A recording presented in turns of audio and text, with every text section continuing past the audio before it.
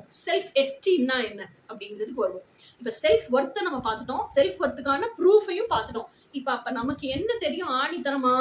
நமக்கு நம்ம ரொம்ப உண்மையா இருந்து அந்த பியூரிட்டி ஆஃப் தி லவ்வோட நம்ம கடவுள்கிட்ட ஒரு விஷயம் கேட்கிறோம், இறைசாட்சிட்ட ஒரு விஷயம் கேட்கிறோம், மனசாட்சிட்ட ஒரு விஷயம் கேட்கிறோம் அப்படின்னா அந்த டிவினிட்டி, அந்த டிவைன் நமக்கு அதை கண்டிப்பான முறையில செஞ்சு தருவாரு. ஆனா நமக்கு உண்மையா இருந்தா ஆத்மார்த்தமா நிஜமாவே அது நமக்கு வேணுமா இருக்கணும்.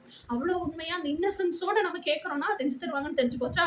இப்ப 4-5 விஷயம் அந்த மாதிரி நம்ம கேட்ட விஷயம் ரியாலிட்டிக்கு வந்துருச்சு, மேனிஃபெஸ்ட் ஆயிடுச்சு. நம்ம அதை எக்ஸ்பீரியன்ஸ் பண்ணி என்ஜாய் பண்ணிட்டோம். இப்ப எப்படி இருக்கும் நம்ம செல்ஃப் கான்ஃபிடன்ஸ்? எவனாலையும் நம்மள அடிச்சுக்க முடியாது. பயங்கரமா நான் கேட்டா கிடைக்கும்னு எனக்கு தெரியும் அப்படின்னு ஆணித்தரமா நிப்போம்ல. அப்போ நம்மள பார்த்து வந்து மத்தவங்க சொல்லுவாங்க, எப்படி இவ இவ்வளவு தில்லா சொல்றா அப்படின்னு. அவங்கிட்ட சொன்ன விஷயத்தையும் நம்ம மேனிஃபெஸ்ட் பண்ணி காமிச்சு அவன் முன்னாடியே ஒரு கம்பீரமா நிப்போம் பாருங்க. அப்ப நம்மளுக்கே வந்து ஒரு ஒரு என்ன சொல்றது, ஒரு கம்பீரம் வரும் பாருங்க. அந்த சமூகம் நம்மள அங்கீகரிக்குது. அந்த சமூகத்துக்கு முன்னாடி நம்ம டம்மி பீஸ் இல்ல, நம்ம ஒர்த்தி பீஸ் தான் நம்ம நிரூபிச்சிட்டோம். நம்ம மேனிஃபெஸ்டேஷன்லாம் பத்தி சமூகத்துக்கும் தெரிய வருது. நம்ம நினைக்கிறதெல்லாம் நம்ம நடத்திடுறோம், ரியாலிட்டியில வாழ்றோம்ன்றத சமூகம் பாக்குது. அப்படிங்கும் போது நம்மளோட எஸ்டீம் அப்படி உயரும் பாருங்க. That is called self esteem. இது புறத்துல இருந்து வேற எவனும் கொடுக்கல, அகத்துல இருந்து இறைவன் உங்களுக்கு கொடுத்தது.